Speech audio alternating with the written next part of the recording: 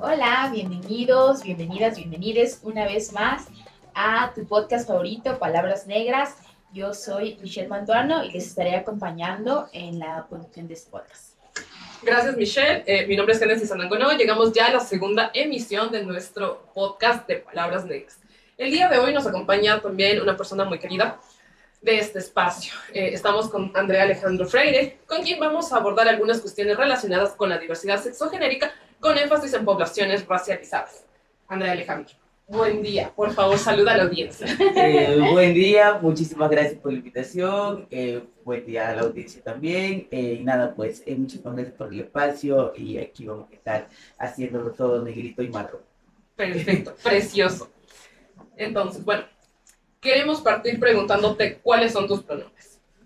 Yo soy un chico trans no binario y los pronombres que uso son todos, o sea, básicamente uso los neutros, uso también femenina, no tengo ningún problema, me parece a mí importantísimo como desde mi perspectiva, con mi experiencia como chico trans, reivindicar también todo el tiempo que viví siendo leída y que viví yo creyéndome una chica y por supuesto mi pronombre es masculino.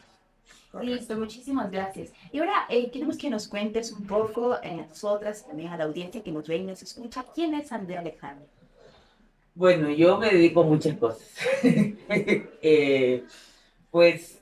Comencé estudiando teatro, me gradué de teatro, pero hago otras cosas, ¿no? Me gusta mucho la gestión cultural, eh, porque me parece importantísimo generar espacios, eh, sobre todo ¿no? En un país con severos problemas en la cultura, como el nuestro, ¿no? Entonces, en general, y ahora no se diga ya en específico alrededor de la orientación de identidad sexual y si ya frutan esto por la racialización muchísimo más jodido, encontrar espacios seguros o espacios donde tu arte sea tratado de una manera respetuosa y no solo como un token o un adorno o una cuota, ¿no? Em, Además, como justo por esto mismo, comencé a hacer fanzines desde el 2016. Tengo La Máquina Púrpura. Sí, me he publicado un par de libros, pero a mí me sigue gustando mucho más el formato fanzine por la facilidad de la distribución. Pues no es tan, en Ecuador es muy caro hacer libros, entonces y luego vuelve inaccesible estos conocimientos o esta circulación de ideas a muchas de las poblaciones que queremos llegar, ¿no? Que han sido empobrecidas históricamente, ¿no? Ya sea la población LGBTI o sea la población negra o la población negra LGBTI. Y por otro lado, también me parece como muy importante que haya un espacio para comenzar a sistematizar la memoria histórica LGBTI. O sea, tipo cuando fundamos Las Maricas No Olvidamos, que es este espacio que recoge la lucha del proceso de colonización. Estamos en un momento que se ha blanqueado y despolitizado mucho el movimiento LGBTI.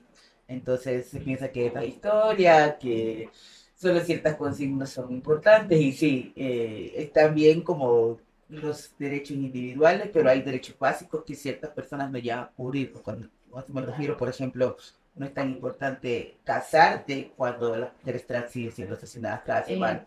Correcto. Yo ahí quisiera hacer una pregunta, ¿no? También en relación con lo que tú decías, y que en general las personas aquí en Ecuador al menos no estamos familiarizadas con lo que implica ser una persona trans y mucho menos con lo que implica ser una persona no binaria, ¿no?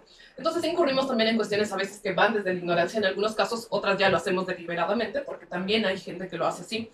Entonces ahí quería preguntarte, ¿no? Como que, ¿qué implica justamente habitar estos espacios que de por sí ya son espacios discriminatorios para una persona racializada, ¿no? Y que también entiendo va vinculado con esto que tú decías, con la construcción de la memoria y también ennegrecerlo. Yo digo como que ennegrecer estos espacios porque finalmente los derechos de las poblaciones sexodiversas vienen también de este acompañamiento de una mujer negra.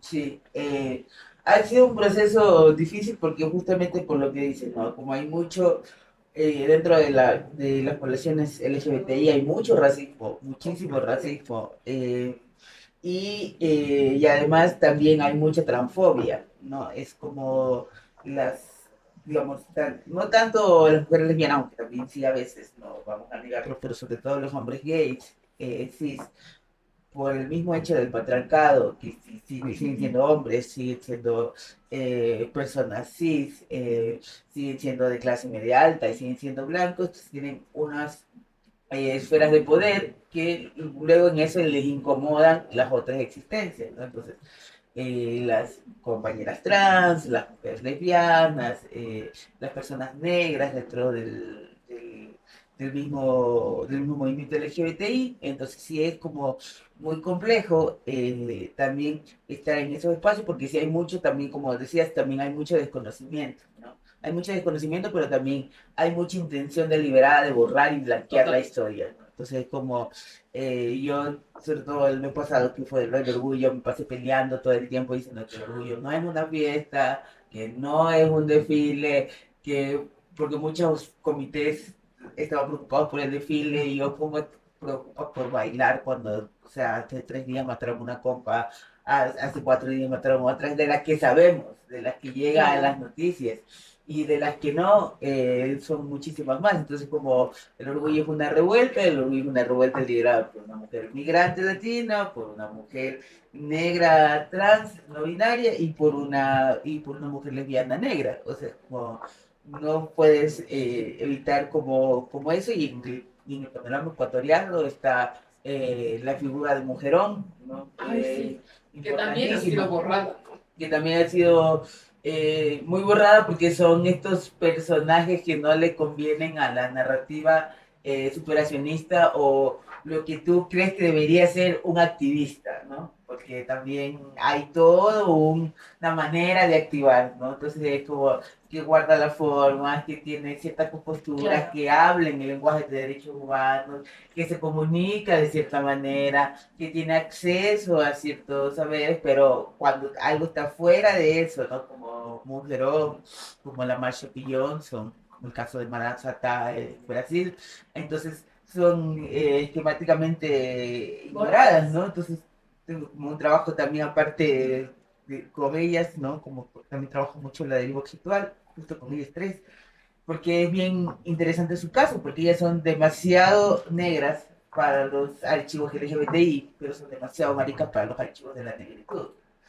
Porque también ha habido, lamentablemente ahora se está movilizando de otra manera, pero sí ha habido por mucho tiempo el pensamiento de que la lucha negra es una lucha heterosexual y cis, ¿no?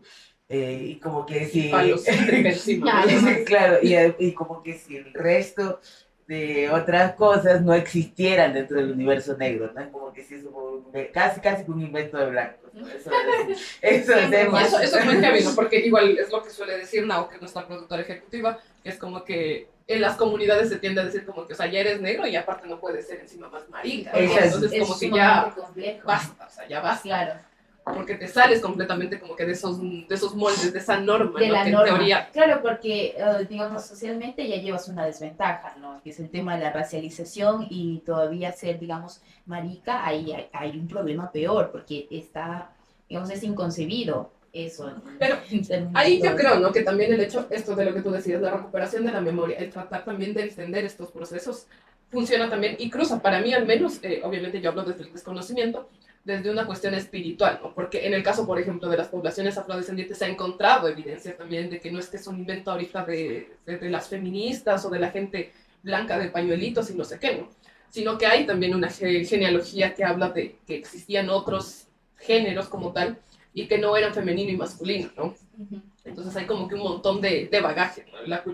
Las culturas africanas han sido demasiado adelantadas. Claro, inclusive los mismos orillas y cómo ya luego se hace la sincretización, ¿no? Entonces cuando se hace la sincretización, Santa Bárbara termina siendo Changó, o sea, Changó termina siendo Santa Bárbara, es decir, no hay, hay como ese cambio que no es tanto pensar, ya, entonces como era Changó, y yo en mi cabeza pienso que Changó, aunque es una entidad, pero igual yo pienso que es un hombre, ¿sí? Entonces voy a buscar un santo hombre, ¿sí? Para sincretizarlo, ¿no? Sino que hay, digamos, una correspondencia más bien de las potencias, de las energías, como les queramos llamar, entonces dicen, yo siento que entre las cualidades que tiene Changó, la correspondencia directa es las cualidades de Santa Bárbara, no pasando tanto por el género, ¿no? O como también hay muchos orillas cuyo género es indeterminado, ¿no? Entonces, Claro. no todos son así como Hombre-mujer. hombre-mujer. Claro, en el candomblé en etcétera. Brasil hablan de dioses, por decirlo de alguna manera, ¿no? Es una entidad, finalmente sí, es la entidad suprema, pero no es ni hombre ni mujer, entonces es como que también transita. Y está este otro que es más evidente, que es Oshunumare, que es el orilla de la serpiente y el arco iris, ¿no? Y que tampoco tiene una fase femenina, tiene una fase masculina, pero en general es como que una energía de transformación. Entonces hay como que un montón de posibilidades, ¿no? Que te dejan ver también como que esta riqueza. Y que hoy también, lo que tú decías, el borramiento de la historia también es como que nos lo arrebata. Claro, lo que pasa también es que lamentablemente nosotros heredamos estas cuestiones desde la colonia, ¿no? Entonces, Sí. desde la colonización hay esto de que tienen que ser hombres, mujeres, ¿no? Entonces por eso también cómo se atacaba a la comunidad indígena, ¿no? Entonces que también como te cortas el pelo porque los hombres usan el pelo corto, ¿no? O te dedicas a ciertas acciones porque los hombres hacen esas acciones, las mujeres hacen estas otras cuando ya eran sociedades absolutamente formadas, consolidadas, ¿no? No era. No es que no existía nada. Llegaron como, a civilizar. claro, exacto. Entonces ya había, con todas sus complejidades, ¿no? Las jerarquías sociales, los movimientos geopolíticos, o sea, ya existía toda una estructura social, pero que no estaba atravesada por el género tal y cual lo entendemos después de la colonia. O sea, había otras maneras de ver el mundo, etcétera, etcétera. No por el caso de los chequirados, ¿no? Sí, Claro. en Gabao. En Davao, entonces alrededor de toda la costa, ¿no? Y sigue siendo una tradición, digamos, en la costa que las mujeres trans en los espacios de la costa sigue siendo así como, sobre todo en los espacios pesqueros, costeros. Hay todavía esa herencia como del chequirado, entonces como si fuera un ente que cuida la comunidad, entonces por lo tanto hay que respetarle, admirarle, etcétera, etcétera, ¿no? Pero luego, ya cuando vienes a la gran ciudad, entonces hay los grandes problemas de racismo estructural, de transfobia, etcétera, etcétera, ¿no? Que hacen que sea, por ejemplo, como súper difícil la situación. Pienso ahorita como en clave histérica en el caso de Paloma, ¿no? Que ella era una mujer trans negra esmeraldeña, estoy hablando como el principio de los 90, cuando todavía estaba realizada la homosexualidad, y entonces ya comenzaba a hacer reuniones con las compañeras, organizarse, ¿no? Como que ya era hora de lograr digamos que penalizar la homosexualidad, y siquiera en esos términos, ¿no? Porque había un desconocimiento absoluto de qué pasaba, solo era porque me discriminan, porque no puedo hacer tal cosa, porque no sé qué, no sé cuánto. Y claro, entonces Paloma emigra de Esmeraldas a Quito y entonces no tarda mucho tiempo en ser asesinada acá, ¿no? De hecho, ya no me acuerdo si la edición actual, pero estoy seguro que la primera, creo que igual la edición actual también de Los Fantasmas se cabrearon, y Purita se la dedica a Paloma. Purita también viene de Esmeraldas, ¿no? También viene de Esmeraldas hacia acá la capital, y luego hace poco me decía, así como que, claro, que la necesidad de volver de nuevo, ¿no? Entonces, pero ¿por qué no vuelves? Porque también hay este estigma que no es tan real, de que pareciera que las comunidades rurales o periféricas, o que no son el centro político del país, esas son las ignorantes. Los Sí. montubios, los cholos, los negros, esos son los que discriminan, los que no entienden lo que es ser gay, lesbiano, bisexual, trans. Pero realmente no pasa así, no es como el racismo y la homofobia, la transfobia son estructurales y quienes gobiernan son las élites. Entonces su pensamiento se traslada a, entonces no puedes decir que solo es culpa de lo rural, porque son ignorantes. Claro, y también es caer como este tema de la individualización, ¿no? De justo como señalar a una persona o a un grupo de personas específico, ignorando justo esto que dices, que es un problema estructural que se sostiene en el Estado y sus instituciones, y que no hay que evadir, digamos, la responsabilidad que tiene en relación a esto.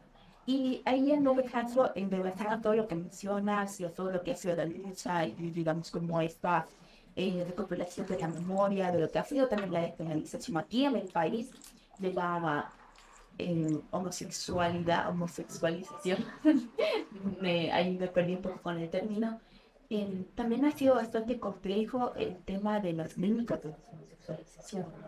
Y ahí no sé si has podido hacer como algún trabajo en relación a eso, recopilar algo de memoria que puedas contarnos también. O sea, yo viví la experiencia de carne propia a los 15 años. Me llevaron a una clínica de desesperalización de como 2 meses y medio. Pero ese siempre ha sido un gran tema pendiente en mi vida, porque, digamos, yo paso 10 años sin hablar del tema. Entonces, como por una razón así como de estrés postraumático, yo decidí no, Claro. como no darle mucha cabida, no pensaba en el asunto, etcétera, etcétera, hasta que era así 2013 o 2012 y me enteró del caso de Zulema, que es muy conocido. Entonces cuando yo me entero del caso de Zulema, digo, pero si esto me pasó a mí a los 15 años, yo pensé que esto ya no pasaba, o sea, como Sí, ha pasado 10 años y sigue pasando. Entonces yo comencé ahí, o sea, decidí comenzar a hablar del tema. Pero lo que me pasó fue que sistemáticamente yo comencé a hablar del tema, pero siempre me ha quedado así como las ganas de yo mismo tener como el control total, digamos, del producto final, porque sí ha sido una cosa que, si no ha sido revictimizante, ha sido como descontextualizada, o han tenido así elementos que nadie me consultó, y de repente, por ejemplo, yo que sé, había un prólogo que culpaban a la familia, y es como, o sea, no por ese sí, lado. no va por ese lado, claro, si tu mamá es la que te lleva, pero tu mamá en contadas excepciones sabe exactamente lo que te van a hacer ahí. O sea, ya le están prometiendo que te van a ayudar a curar, ¿no? Y entonces y esa idea se la mete la iglesia y esa idea la financia el Estado y esa idea la financia toda la sociedad. Entonces como más cojuda, no Claro. puedes decir, es mi mamá, o sea, hay un sistema estructural ahí. Y entonces yo siento que ha sido como una gran deuda, sobre todo de las poblaciones LGBTI, porque afecta principalmente a las mujeres lesbianas o a los hombres trans. Entonces, como decíamos, el patriarcado sigue operando. Concepto de mujer.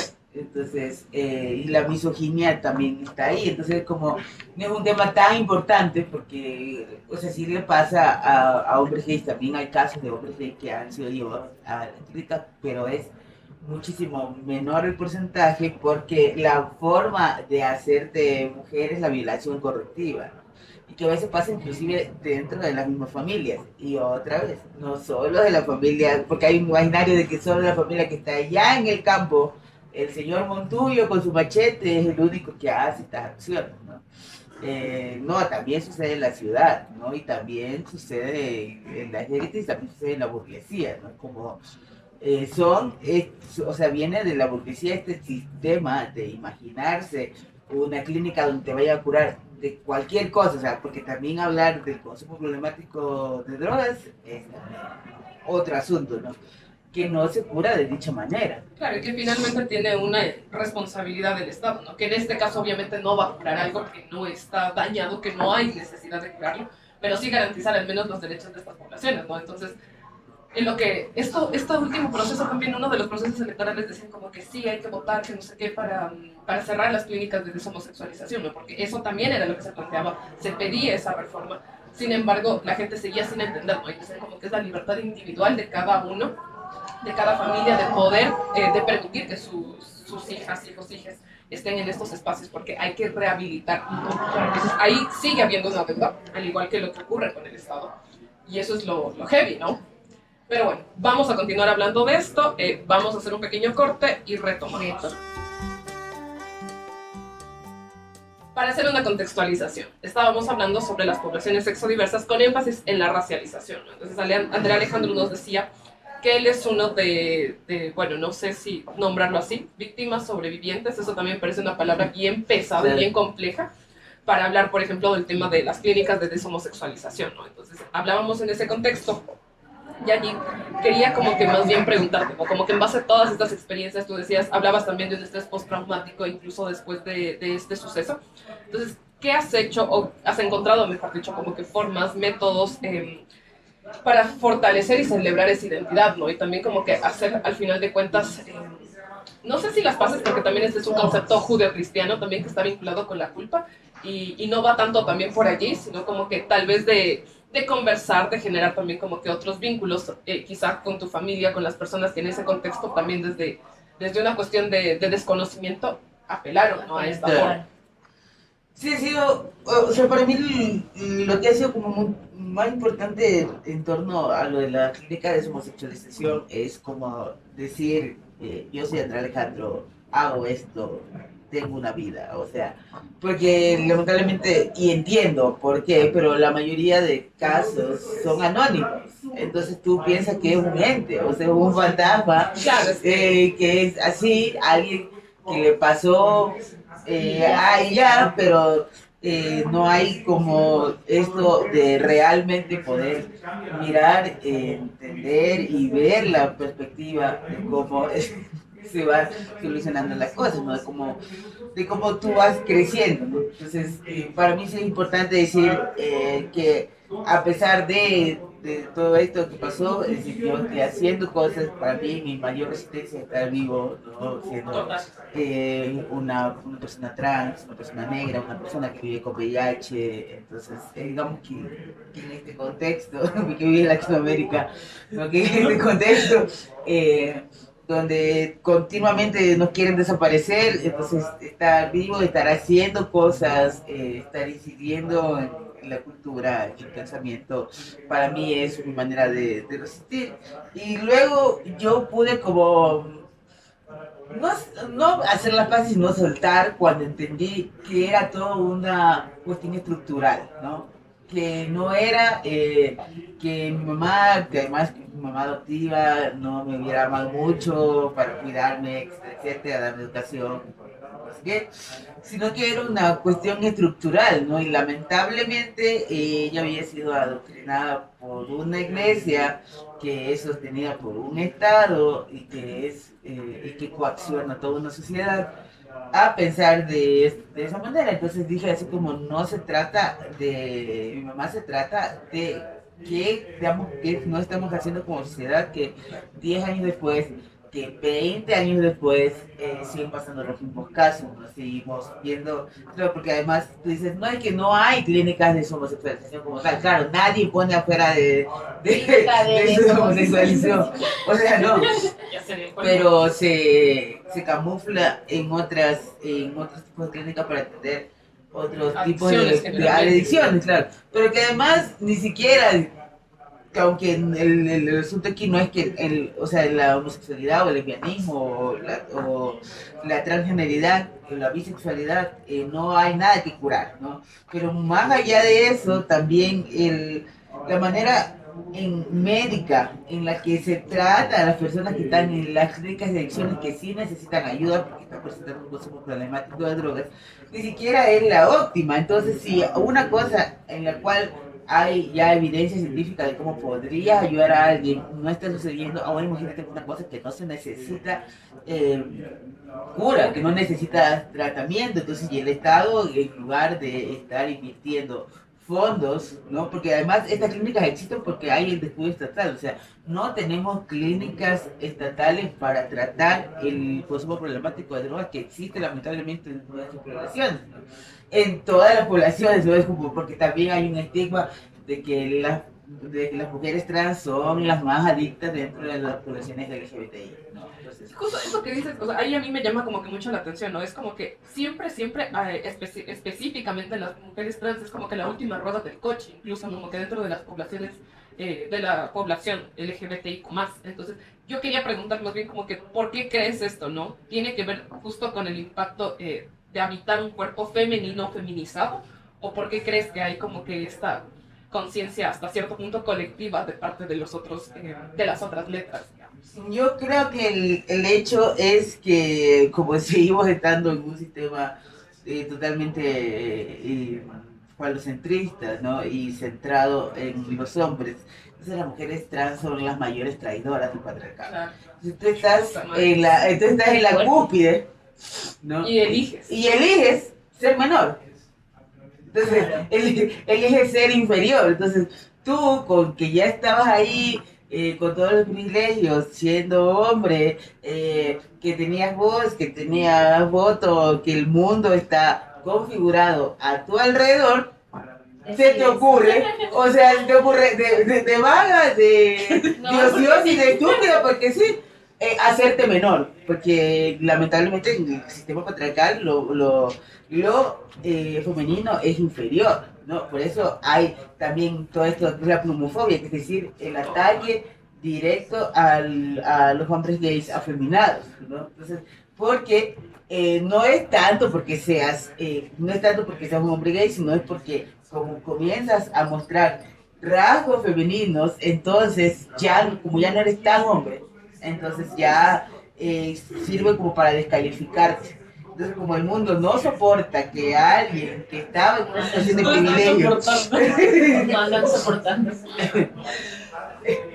entonces, que alguien que esté en una situación de privilegio se revierta y deje ese privilegio, y entonces además las compas por sus historias de vida siempre han tenido mucho esto de ser que la gente siempre dice que ellas llaman mucho la atención, que no es que llaman mucho la atención, es decir, es la construcción de su identidad, y que también es bien debatible porque lo mismo se dice de la estética de las mujeres negras, pero cuando lo hacen las mujeres blancas, como Rosalía, como Marianne, la estética traba y la estética negra, que además comparten muchas cosas, ¿no? Entonces, es decir, esto de ponerme muchos colores, de ponerme los turbantes, porque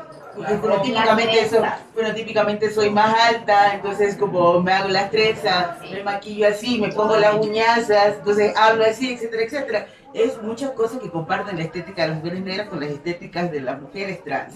Pero cuando están en los cuerpos de las mujeres negras, cuando están en los cuerpos de las mujeres trans, no es tan lindo. Pero cuando viene la Rosalía, cuando viene Maquial, cuando viene la Nana Peluso, ahí todo es chévere. Entonces, eso es lo conflictivo, ¿no? Entonces es como, a ver, porque es como que si les gusta lo negro y les gusta lo trans, pero sí las negras y sí las trans. Exacto. Pero es que eso hay, y la respuesta es sencillísima, ¿no? Es como que lo negro es lindo, pero ya habitar un cuerpo negro ya es no hay. Y lo que decías, pues en el caso de las mujeres trans, tiene que ver justamente con esa traición que le hacen al patriarcado, ¿no? Entonces es como, no hay manera de que yo, persona blanco mestiza de clase media alta, hombre, o incluso mujer, porque las mujeres también reproducen el patriarcado, es durísimo, ¿no? Y las mujeres incluso dentro de estos otros espacios también que se enuncian desde el... O sea, sí de los feminismos, pero también que son como que específicamente colectivas de mujeres también reproducen como que estos roles, ¿no? Y ahí también vinculándolo un poco, ¿tú crees que ha habido un avance en cuanto a derechos de las poblaciones sexodiversas? En el caso específicamente de mujeres trans, de hombres trans, de personas no binarias, racializadas. Bueno, ni tanto racializadas, porque ya sabemos que la racialización sigue quedando a un ladito, ¿no? Es como que la última rueda del coche. Si hablamos de derechos, siempre la racialización, el antirracismo queda abajo. Entonces, en este caso, digo, como que, ¿crees que ha habido un avance? ¿Crees que ha habido como que al menos un intento de concientización, de sensibilización de parte de estos colectivos, de estos movimientos feministas, colectivos de mujeres, espacios en los que se enuncian, ¿no? Como que diversos también. O sea, creo que igual ha sido una lucha así bastante intensa y ahora estamos como en un momento así también bien complejo, en el cual nos estamos enterando de que no se trata del feminismo, sino de los feminismos. Exacto. Porque, o sea, yo no soy nadie para decirle a una terfa que no es feminista. Ya. No, sí es. No, pero yo digo, pero si ella se cree feminista, sí es, pero su feminismo no es el feminismo de todo el mundo y no tiene por qué serlo. Entonces, si tú piensas que la manera en la que tú concibes tan conservadoramente el mundo, porque entre un conservador y una terfa, o sea, se encuentran ahí son medio de manera bien esencialistas. Entonces, ahí es cuando uno comienza a darse cuenta realmente de que se necesita como una pluralidad, ¿no? Entonces, realmente ahora estamos en un momento en que poco a poco, sobre todo las mujeres trans se van ganando sus espacios, los hombres trans también, aunque los hombres trans tienen otras particularidades, que por ejemplo, que luego tú ya accedes al privilegio masculino, ¿no? Y entonces mientras más passing tengas, es decir, mientras más como más hombre te veas, ¿no? Entonces pensaba mucho eso porque recién me puse a decir mis trenzas, ¿no? Y antes de ponerme mis trenzas, y yo iba por la calle, siempre era un chico. Yo nunca he sido leído como un chico, o sea, como cuando me han leído como un chico cis, siempre he sido un chico sin marica, no soy muy amanerado, entonces yo estaba parado esperando el carro, no sé qué, y yo decía, uy, la menestra, ay, ella, no sé qué, entonces siempre ha sido así, o a veces me han confundido como una mujer trans, entonces como que no le encajan ciertas... Claro. Y eso jode. Y así como digo, es como, yo digo, qué orgullo, qué honor que me confundan como una compañera, ¿no? Porque las compañeras son las que han sostenido el proceso. Vamos retomando esta conversación. Aquí una pausa necesaria, porque pues aquí en donde grabamos están también personas celebrando la precarización y la tercerización laboral. Entonces queremos que este podcast llegue a ustedes con gran calidad y por eso hicimos un corte, ¿no? Pero queremos retomar también este diálogo, esta conversación. Y estábamos en esta parte de que las personas no saben cómo leerte, que no saben cómo reaccionar a tu expresión. Y entonces también decíamos tras cámaras hace nada, como que cuál es la necesidad que las personas, ¿tú qué crees, no? ¿Cuál es esta necesidad de las personas de poder encasillar? ¿Por qué crees que su sucede? identidad? Sí, yo creo que es una cuestión de que pueda responder, o sea, como que más... La educación que recibimos todo el tiempo es que podamos aprender, es decir, agarrar el mundo fácilmente, ¿no? Entonces por eso te dicen, esta es una casa, este es un árbol, que, o sea, que el significado está siempre ligado a un significante. Entonces tú dices casa, te imaginas, cuadradito, el techito, perro, gato. Entonces, como en ese mismo sentido, hay esto de hombre, una imagen determinada, mujer, otra imagen determinada. Entonces, a la gente les parece absolutamente necesario, por una cuestión, yo entendería si fuera como en clave erótica, ¿no? Porque al menos, no sé, me atrae, no sé qué, pero a veces hay gente que no tiene ninguna atracción, ni erótica, ni afectiva, pero que necesita ubicarte en un lugar. Entonces, para mí ha sido siempre así como un lugar de intenso tránsito. Yo siento que todo el tiempo estoy transitando, como decía, antes de que me hicieran callar, yo estar en este espacio y pasaran 30 minutos y yo mirando a todos los lados concentrada porque amigas, la verdad sí es una cosa que no hay como dejar pasar esto, ¿no? Porque al final también tiene que ver con nuestras experiencias vitales, o sea, como que si nuestra voz o lo que tenemos que decir no es tan importante que lo que tiene por encima de lo que tiene que decir el capital, ¿no?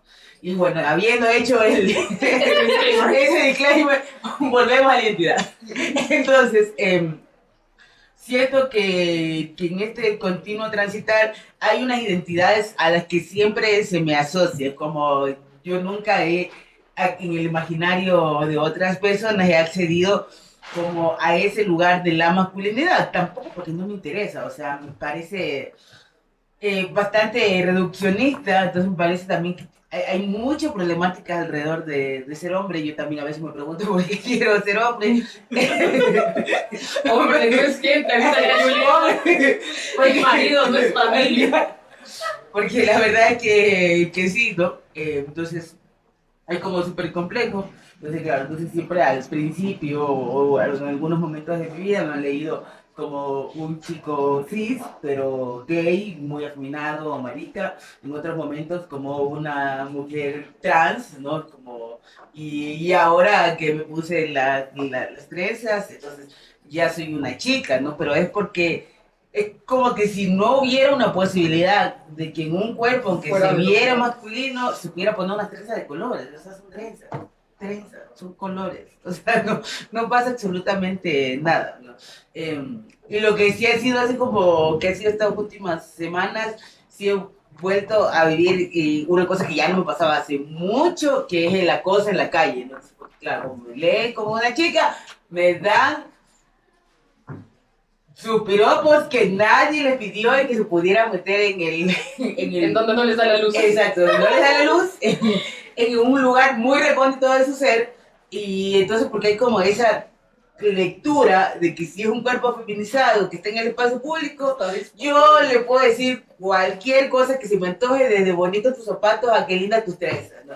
Y ni se diga la cantidad de gente y la estrategia que he tenido que desarrollar, porque la gente no me toque el pelo, porque antes el pelo estaba pegado a mi cabeza, pero ahora como el pelo me queda por aquí y por allá, es como que tengo que estar haciendo un ninja todo el tiempo porque la gente no me toque el pelo. O sea, y me dice, pero no es tu pelo, ¿verdad? Es mi pelo, señor. Porque yo lo pagué. Porque yo lo pagué y porque yo lo tengo. Así me lo haya regalado, si yo lo haya encontrado, es mi pelo porque está en mi cuerpo. O sea, a nadie se le ocurre que las extensiones de uñas acrílicas que se ponen las mujeres blancas, nadie le dice, no son tus uñas, ¿no? Y se las quieren tocar. Y se las quieren tocar. O las pestañas. O las extensiones del cabello, etcétera, etcétera, etcétera, etcétera. Es como si, si además de que eres un cuerpo racializado y eres un cuerpo que lengo feminizado, es como que ya, todo el mundo te quiere tocar. Señoras, señores, niños, o sea, como... O sea, yo puedo un poco, digamos, con el terreno de las infancias porque estás conociendo el mundo, estás explorando, etcétera, etcétera. Pero ya, señora de 50 años, tóquese su pelo, usted también tiene pelo. No. Ya, ahorita, aprovechando que estás hablando del pelo, ahí también una pregunta, ¿no?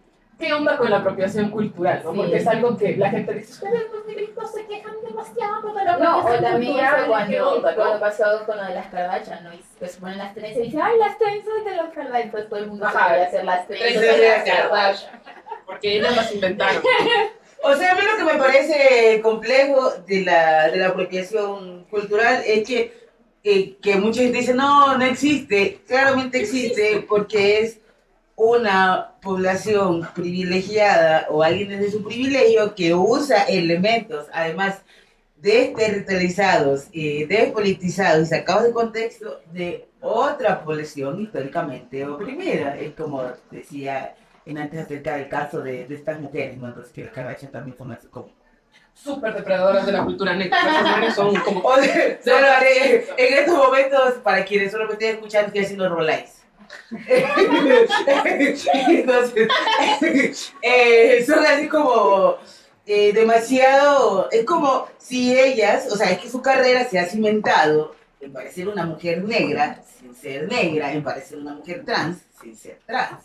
O sea, esa es su carrera y millones se han invertido ahí. Pero eso también es porque el sistema estructuralmente le gusta eso, o sea, prefiere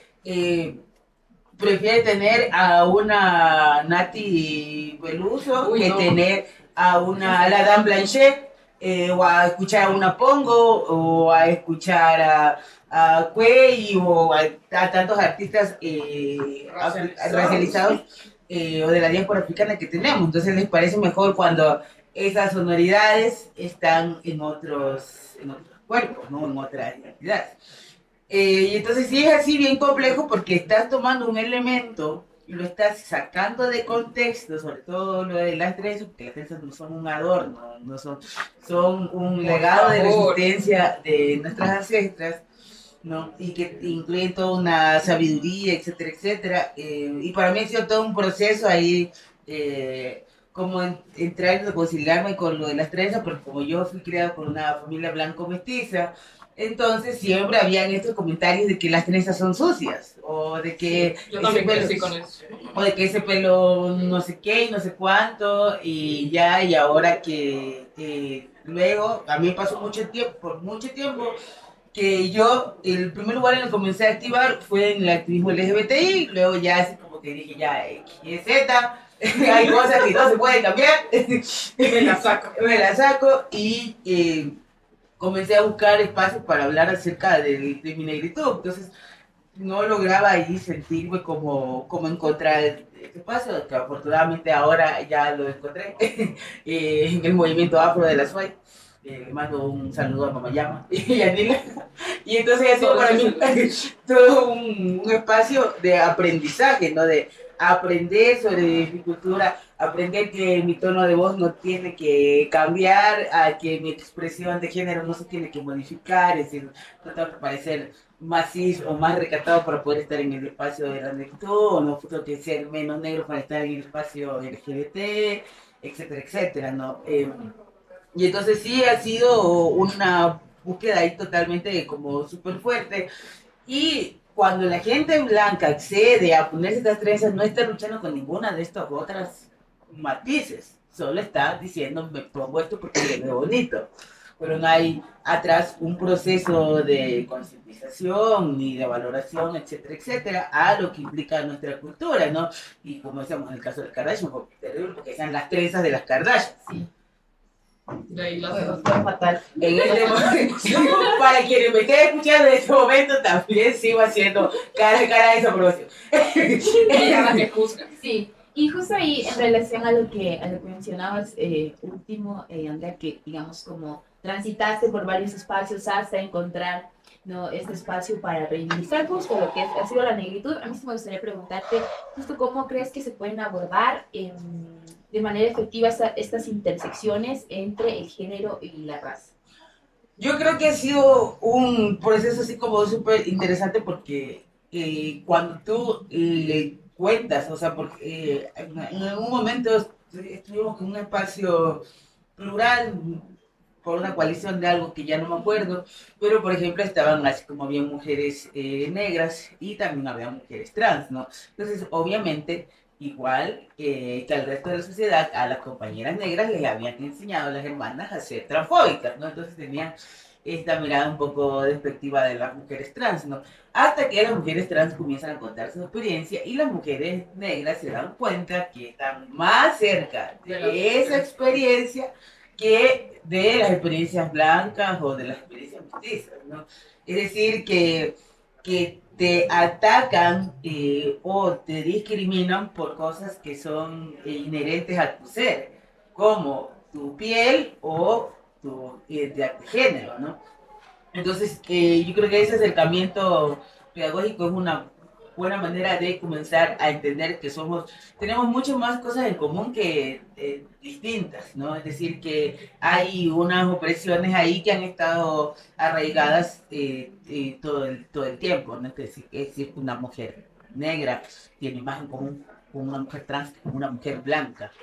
Eh, o que un hombre negro tiene más en común con un hombre trans que con un hombre blanco, ¿no? Entonces, que, digamos, son masculinidades que no se consideran masculinidades, porque es negro, porque es trans, ¿no? Entonces, que no es la hegemonía que tiene el hombre blanco, ¿no? Entonces, y cuando uno comienza a desde la pedagogía y también para mí siempre ha sido importante como trabajar el terreno de la cultura, porque muchos temas son mejores tratarlos desde lo afectivo, sensible, que desde como solo de pedir políticas públicas, ¿no?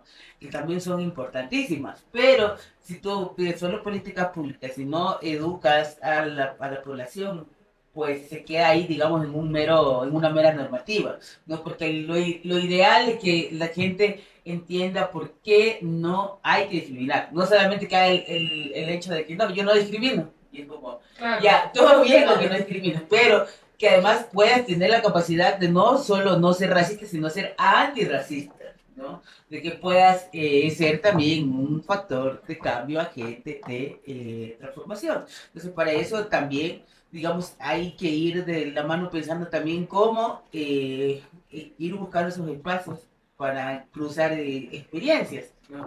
Y yo creo que el arte, la cultura, la educación son justamente ahí unas vertientes que nos pueden permitir encontrarnos, ¿no? Como mucho, por ejemplo, mucho de las poblaciones, sobre todo de la historia de las mujeres trans, está en el terreno del oral, igual que mucha de la historia negra, ¿no? Porque han sido poblaciones históricamente relegadas a que no es que nosotros escribamos la historia, no es que, es que ahora afortunadamente ya tenemos escritoras trans, tenemos escritoras negras y así, pero en los últimos 20 años, ¿no? Claro, pero sigue habiendo una deuda ahí, ¿no? Porque Exacto. al final de cuentas hay un montón de producción de poblaciones racializadas, de mujeres negras, de mujeres trans, pero siguen invisibilizando. Entonces es como... Y yo me acuerdo, ¿no? Yo hice una maestría en género y de lo que las primeras cosas que nos pidieron leer fue Simone de Beauvoir. pero no había como que tampoco la trayectoria, las genealogías del feminismo decolonial, por ejemplo, de aquí, de Latinoamérica. Entonces todo eso sigue siendo invisibilizado, ¿no? Nos dieron una clase de diversidad sexogenérica, creo que era, pero nunca pensaron en que debía haber un texto, al menos, escrito por una mujer trans. Entonces, eso también es problemático, ¿no? Y ahí también cruza con lo que tú decías de las políticas públicas. O sea, al final de cuentas, a nosotros no nos beneficia en absolutamente nada, más allá de la visibilización. El hecho de que haya una declaratoria, que haya una conmemoración o algo así, ¿no? Si es que el papel aguanta todo. Pero, ¿qué pasa con la vida de esas personas, no? Porque, o sea, ese papel dirá todo lo lindo, todo lo bello que queramos, pero las personas todos los días tienen que vivir, claro. Tienen que experimentarlo, ¿no? Y también, o sea, ahí quería como que preguntarte y hacer énfasis en el tema de las masculinidades afrodescendientes, ¿no? Tú estás transitando desde tu identidad de género una masculinidad trans no binaria. Entonces, nosotros quizás no podemos ni siquiera entender lo que es una masculinidad porque también lo que tenemos, la información que nos han dado está vinculada con esas masculinidades blancas, ¿no? Entonces, lo que implica ser hombre exitoso, proveedor y todo esto, ¿no? Pero ¿cómo lo entendemos desde estas masculinidades no hegemónicas que son racializadas y que encima habitan también habitan la diversidad, ¿no? Sí, creo que ahí es bastante interesante porque, claro, como les decía, igual la única masculinidad que se considera o el único hombre que se considera es el hombre blanco. Y los hombres negros ni siquiera se consideran personas, para comenzar, ¿no? Empezando por ahí. Entonces, por lo tanto, no entran en la categoría de hombre, igual que los hombres indígenas, ¿no? O cuando eres cholo, montubi, etcétera, etcétera, ¿no? Entonces, ese ideal y por muchas veces eso hace que nuestros hermanos traten de replicar esas prácticas violentas pensando que en algún momento van a llegar a completar esos requisitos para ser hombre, pero eso jamás va a pasar, ¿no? Entonces se vuelven, digamos, como aliados de ese propio patriarcado que solo beneficia a un tipo de hombre determinado, hombre cis, blanco, de clase media alta, que habla una lengua hegemónica y que vive en un país determinado. O sea, no hay, fuera de eso, no hay posibilidad. Entonces, todas estas otras maneras de, mientras si yo como soy un hombre negro, entonces tengo que ser homofóbico, ¿no? Porque entonces tengo que rechazar cualquier cosa que a mí me asociaría a algo menor, ¿no? Entonces tengo que ser machista o tengo que ser transfóbico o tengo que hacer una serie de acciones que me reivindiquen a mí como hombre. No es como un constante todo el tiempo decir, yo también soy hombre, yo también soy hombre, yo también soy hombre, pero a partir de los rasgos más tóxicos, negativos y preocupantes de la masculinidad. Entonces, porque esa masculinidad nunca se va a alcanzar, siempre va a ser un anhelo de llegar a tener un estatus que no pasa por ahí, porque no se trata solo de una situación de género, no es como cuando decimos que alguien se ha blanqueado, no se refiere a su piel, ¿no? O sea, se refiere a que tú no puedes entrar en ese sistema. Entonces, el ser hombre es todo un sistema que te enseña cosas, ¿no? Que lamentablemente nuestros compas replican una y otra vez. Ahora sí, retomamos una vez más esta conversación. Este podcast ha estado, usted no se imagina, intenso. De todos los podcasts que hemos hecho, son dos. Este ha estado potente y al más caótico. Pero bueno, aquí seguimos, recordarles una vez más que estamos con Andrea y Alejandro, explorando, hablando como de muchísimas cosas. Entre eso es el tema de la identidad de género, la racialización, cómo habitar estos espacios, también sobre la apropiación cultural, que esperamos en un próximo episodio poder ahondar más en este tema. Y bueno, Andrea, Alejandro, también aquí justo se me quedaban como algunas dudas. Y mencionabas como este tema también de las políticas públicas, de que no es lo único, y de que se puede, digamos, como abordar esto desde la sensibilidad, desde las emociones. Y ahí preguntarte también, digamos, qué hacer en relación a eso y cómo la sociedad podemos influirnos y dando nuestro granito de arena, por decirlo de alguna manera, para, digamos, contribuir también a tener una sociedad más equitativa, con nuestros planos, más luminares. Yo creo que un buen ejemplo o una buena posibilidad es la etnoeducación, es decir, como que la educación sea realmente pluricultural, ¿no? Es decir, como que haya una educación que mire y te enseñe acerca de las etnias, ¿no? Entonces, que eso me parece así vital, o sea, yo que me crié en una familia blanco mestiza, entonces todo el entorno era así blanco mestizo, entonces yo no sabía que era negro hasta que salí al mundo, ¿no? Y el mundo me hizo entender que yo era negro, ¿no? ¿Y de qué forma? Claro, entonces, y no es que yo no me viera, pues, que el color de piel, ¿no? Sino que me hizo entender que ser negro implicaba ciertas cosas negativas, ¿no? Lamentablemente, el primer acercamiento que tengo yo hacia lo negro es la discriminación, más no el conocimiento de mi historia, no más no el conocimiento de lo que habían hecho mis ancestras, mis ancestres, como de toda la historia negra en el Ecuador, ¿no? Y como todos estos mitos también que hay, ¿no?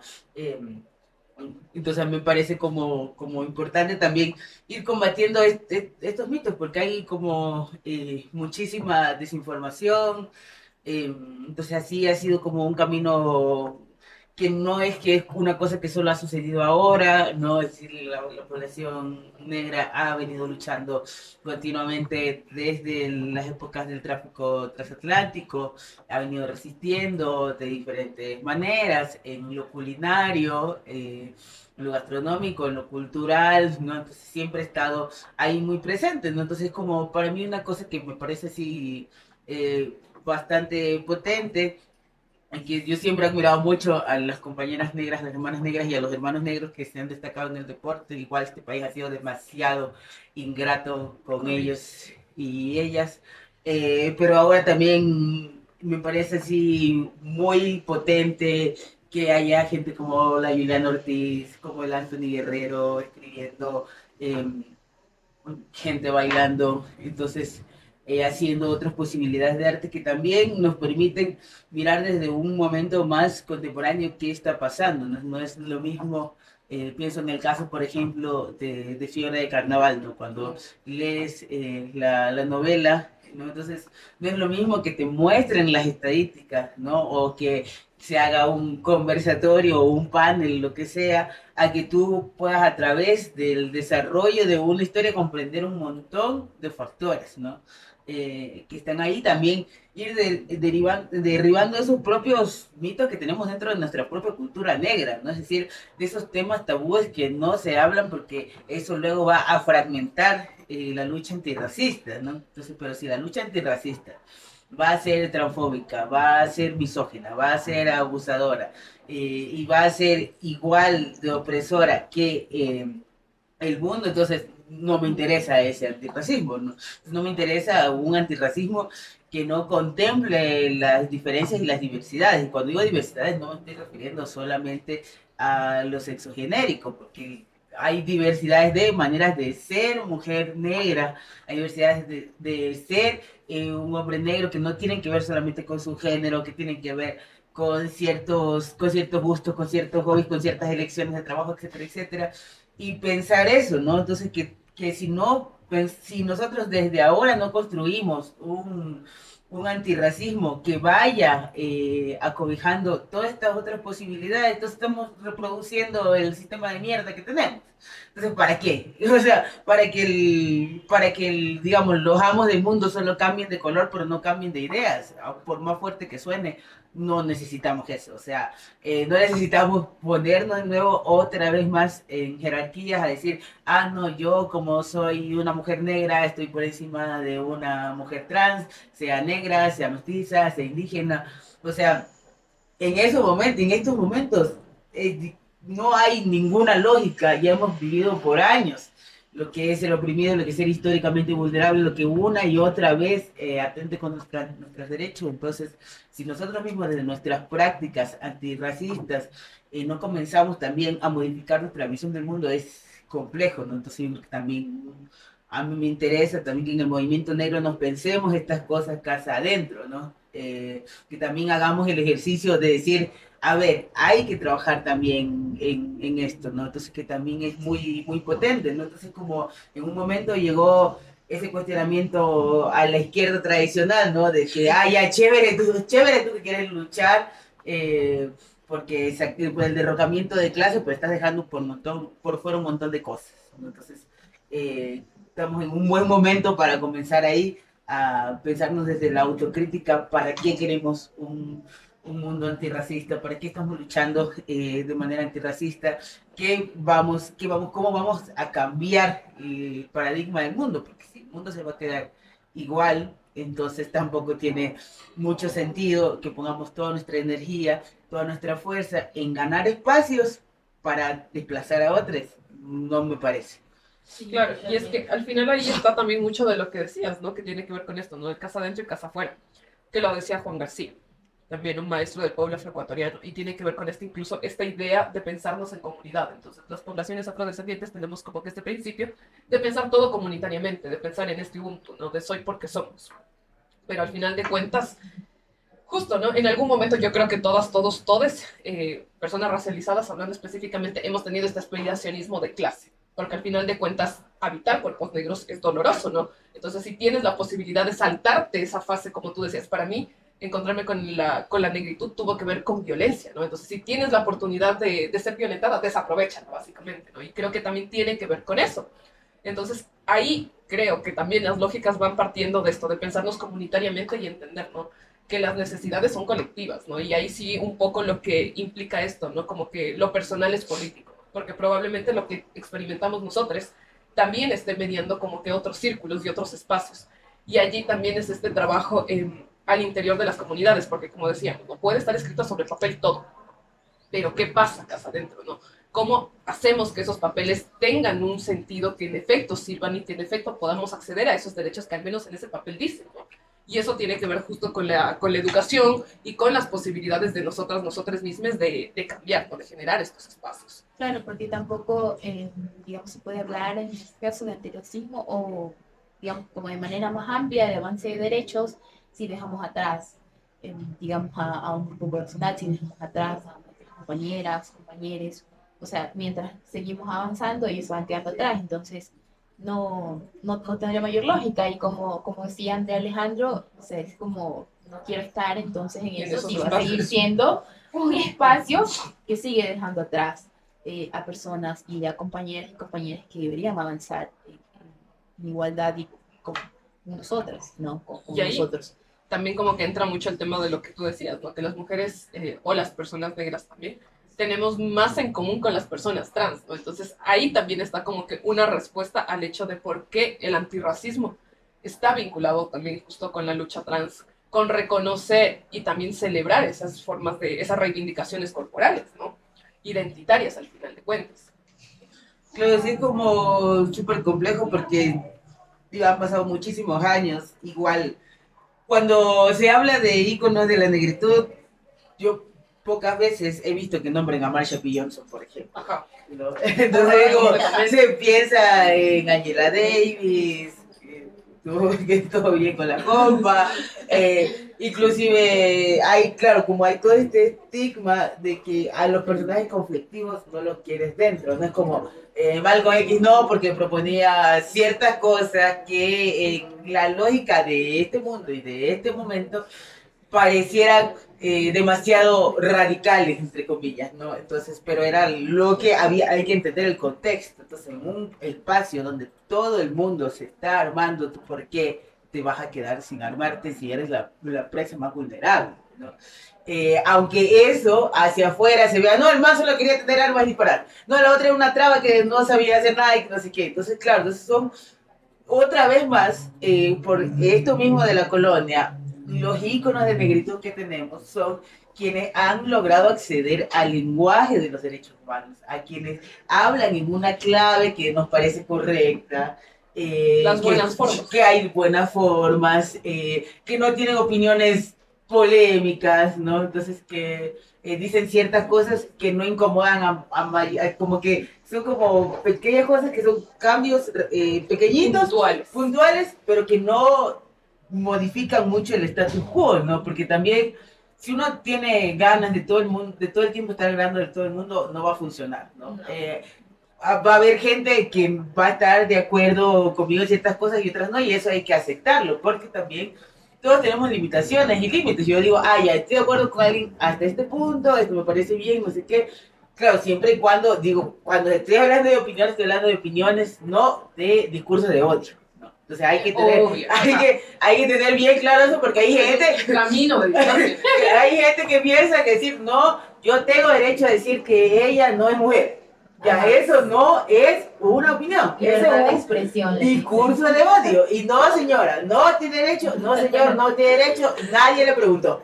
Ya, entonces, en esa distancia, ahí cuando nosotros también tenemos que preguntarnos, ¿por qué hemos dejado también que la blanquitud imponga sus agendas en nuestra lucha antirracista y por qué Angela Davis es más valiosa que Marsha P. Johnson? ¿Ya? Entonces, o por qué preferimos hablar de Mandela y no de Malcolm X. ¿Ya? Entonces, ¿por qué? Y está bien, ¿no? Habrá gente que resuene más con ese pensamiento, pero ya nos damos cuenta que no solamente ya es una cosa de, a mí como de Alejandro me gusta más Malcolm X que Mandela. No, es una cosa de que estructuralmente, cuando tú dices vamos a hablar de los íconos de la negritud, no es que dices, uy, Marsha P. Johnson, o sea, ¿te acuerdas en junio? Y el resto del año que Marsha pasaba flotando. O sea, es como es tan fuerte que Marsha P. Johnson es asesinada, es decir, quien logra el mayor hito en la época moderna de los derechos LGBTI en el mundo, es asesinada y ahí No quedó, pasó nada. muerta, tirada en un río, un par de canciones hicieron y se acabó. ¿El movimiento negro hizo algo? No. ¿El movimiento LGBT hizo algo? No. Entonces, ¿por qué estamos dejando que las agendas blancas se impongan en nuestra lucha antirracista y nos diga cómo hacer y a quién poner como ícono de la negritud y a quién no? O sea, ¿por qué es más importante hablar de, yo qué sé, me invento, de Papá Roncón y no de María Chiquinquirá? ¿Ya? Entonces, o de las mismas compas marimberas, o sea, como, ¿por qué una y otra vez hay esa diferencia entre Rosa Huila, entre Papá Roncón, etcétera, etcétera? ¿No? Entonces, ¿por qué permitimos que siga pasando eso? Porque sigue instaurándose la blanquitud en nuestras agendas y nos dicen, no, es que cis es mejor que trans, hombre es mejor que mujer. Entonces, vamos a escoger, entonces mientras menos problemático sea, es más chévere. Entonces la gente no va a conectar tanto con este loquito este loquito del centro que dice, chuta, si esto es avala es. Entonces te parece que es mejor, no, lo mejor es la paz. Ya, para tu contexto, para un momento determinado, para un lugar totalmente contextualizado, pero no es la experiencia negra total y no tendría por qué ser así de abarcadora. Es decir, cuando estamos hablando de Marsha P. Johnson, no estamos hablando solo de los trans, no estamos hablando solo de los LGBTI, porque la población negra no se siente representada por las compañeras trans. Porque la población negra no se siente representada por una compa mujer, porque no se piensan, no nos pensamos también las luchas obreras, porque no nos pensamos también las luchas ecológicas de otra manera desde nuestra propia cosmovisión. Entonces es complejo también hacernos esas preguntas también que son necesarias decir, o sea, que los blancos saquen sus manos de nuestras agendas y nosotros vamos a construir otra manera de recordar, de hacer memoria, de construir nuestros íconos, de pensar en el mundo. Es como, sí, lindo, por ejemplo, la Neysidad Gómez y la Tamara Salazar y la Angie Palacio, y la Celedina Nieves y la Alexandra Escobar. ¿Dónde quedan? Sí. ¿Dónde quedan? ¿Ya? Es como, sí, porque las compas, que esa es su identidad y que esa es su percepción y su expresión de género en el mundo, claro que se te hace más fácil poner a una Daisy Gómez que a una Alexandra Escobar, porque para ti corresponde en ese rol de la exotización más guapa, más bella, más interesante, más moderna que la Celedina Nieves. Totalmente, ¿no? Y como que son estos ejercicios también de memoria selectiva y que si bien nosotros desde el pueblo afroecuatoriano seguimos pensando en eso, ¿no? En el rescate de la memoria a través de la oralidad y todos estos procesos, todavía se nos sigue quedando como que por fuera, ¿no? Incluso el mismo tema, lo que tú decías al inicio de la mujerón. La mujerón fue como que una persona súper importante en el proceso de despenalización de la homosexualidad. Y yo al menos me vine a enterar de su existencia cuando tenía como 19 años, ¿no? Como que yo nací justo un mes antes de que se despenalice la homosexualidad aquí y apenas reciencito me enteré, ¿no? Entonces es como que una cosa bien compleja y es algo que también tenemos, es una deuda que tenemos incluso en las nuevas generaciones con esos procesos, ¿no? Incluso entender qué es lo que visibilizamos y a quiénes visibilizamos. Porque lo que decías, también esta cuestión del blanqueamiento. Porque el hecho de que uno habite en un cuerpo negro no implica tampoco que sea una persona consciente racialmente, sino que también puede ser una persona blanqueada. Y eso tampoco tiene como que un beneficio, ¿no? Una ventaja a nivel comunitario, digámoslo así.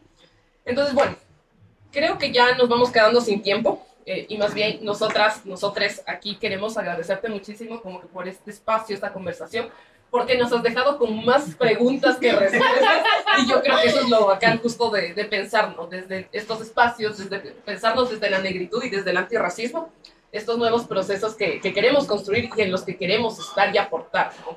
Entonces, de mi parte, agradecerte muchísimo por esta compañía, por esta reflexión, esta pedagogía incluso gratuita, Sí. por el momento, pero tendremos recursos, tú no te preocupes. Y nada, invitarte siempre a estar aquí. Sí, y bueno, tenemos una última pregunta para ti. Aquí en este podcast Palabras Negras tenemos algo que se llama la pregunta fantasma. Y en nuestro primer episodio, quien nos acompañó fue Juliana y ella dejó una pregunta para nuestro próximo invitado. Así que te vamos a hacer la pregunta y es ¿cómo te imaginas un afro futuro bello? Yo me imagino un afro futuro bello. Primero pienso que el futuro es negro. Ya. Completamente. Y, y segundo, pienso que el futuro está aquí, ¿no? Es en el sentido de que el futuro lo estamos construyendo. Tenemos otras posibilidades, otras herramientas. Cuando Mujerón estaba ahí luchando, no sabía que yo iba a ser resultado directo de su lucha 27 años después, ¿no? Que yo iba a estar aquí sentado hablando, que yo me iba a graduar de la Universidad de las Artes con una tesis que habla de los archivos LGBTI. Ninguna de ellas sabía. Yayita Otles, que también fue víctima, una mujer negra, que fue la primera reina que tuvimos en libertad luego de la despenalización. Entonces, todo el trabajo que hicieron, la misma Marsha P. Johnson, Madame Sata, ninguna de ellas hizo ninguna de las cosas que hizo pensando en el futuro. Estaban construyendo eso porque el futuro para nosotros siempre ha estado aquí, ¿no? Entonces, yo, mi labor siento es que con la posibilidad que tengo, con los privilegios que tengo, con los accesos que tengo, es construir este futuro más diverso. Yo nunca conocí a un hombre trans cuando era pequeño, mucho menos un hombre trans negro. Entonces, para mí también es la posibilidad de que hacer un futuro más diverso, ¿no? Entonces, hacer un futuro más amplio en todos los niveles, ¿no? Como decir, tú te puedes dedicar al arte, tú te puedes dedicar al deporte, te puedes dedicar a lo que sea, y para mí eso es como el futuro, el afrofuturo bello, ¿no? Un mundo en que la gente negra no tenga ninguna limitación. Ay, qué precioso todo esto que decías, ¿no? Y que claro, también tal cual como lo decía, ¿no? Para nosotras ha sido como que un podcast muy, muy lindo porque has logrado poner también en palabras todas las cuestiones, ¿no? Por las que llegamos a este punto, ¿no? A hacer un podcast hablando justamente como que de los temas que nos atraviesan. Pero ahí ya quiero también aprovechar para pedirte que nos dejes una pregunta fantasma para la próxima persona que sea invitada. No sabemos si va a ser hombre, mujer, persona no binaria, pero déjale una pregunta que creas que Deba responder. Ajá. Yo le haría la pregunta acerca de cómo su trabajo, su activismo, sea cual sea, está elaborando o generando espacio para la memoria, ¿no? Cómo concibe desde su trabajo, desde su activismo, la memoria y cómo está construyendo, ¿verdad? Para mí es como una pregunta esencial, ¿no? Que me gustaría que quien sea que venga, sin importar su género o su identidad, podamos pensarnos también la memoria, porque lamentablemente la memoria también ha sido un monopolio de la gente que ha tenido el poder, ¿no? Y que ha escrito, quienes escriben la historia son los vencedores, ¿no? Entonces, y esa memoria ha estado siempre ahí. Y yo creo que es un momento para que desde los diversos puntos, desde las diversas áreas, todos comencemos a preocuparnos por la memoria histórica, ¿no? Que mientras más amplio y más perspectivas haya, mejor. Muchísimas gracias. Retomamos aquí el agradecimiento por estar en este espacio, por acompañarnos. Esperamos muy pronto poder visitarte en Cuenca. También tú vas a estar en Quito haciendo talleres. Sí, estuve ya dando talleres, pero siempre vuelvo. Porque ahora soy así, voy un poco haciendo como tal cual mi ancestra Mujerón en los momentos de la especialización, haciendo periplo entre Quito, Guayaquil y Cuenca. Entonces, eso, o sea, igual... ¿En dónde podemos encontrar información sobre los talleres o sobre las presentaciones? Pueden encontrarme en Instagram como Miau Marrau. Escríbanme con confianza, siempre contesto. Si me van a escribir barrabasadas, le contesto barrabasadas. ¿Ya? Por si acaso, porque la gente es atrevida. Entonces, no es que le digo, no me pongan mensajes, no, igual les voy a responder que sea clave. Pero también pueden visitar la página de Las Maricas, no olvidamos, en Las Maricas, no olvidamos .xyz. También pueden encontrar el trabajo del Archivo Marica en usuario de Instagram que se llama Archivo Marica. También hago un podcast sobre cine animado llamado La Imagen Parlante con la radio de Bio, la radio Huartes. Porque me parece también importante pensar que, sobre todo, siempre se ha considerado que el cine animado es un género menor, ¿no? Y a mí siempre me ha interesado incidir en estas narrativas de todo lo que se le llame menor. ¿Por qué le llamas menor a algo, no? Entonces, cuando te puede servir para politizar, para pensar, etcétera, etcétera. Entonces, siempre, cualquier manifestación o cualquier cosa que le llamen menor o inferior, ahí estoy yo. Diciendo, ¿por qué? Me encanta. ¿A son de qué? Y es que bueno, básicamente no estamos soportando. Pero bueno, amigas, amigos, amigues, muchas gracias por su sintonía. Nos encontramos en un próximo episodio de Palabras Negras. Gracias por escucharnos y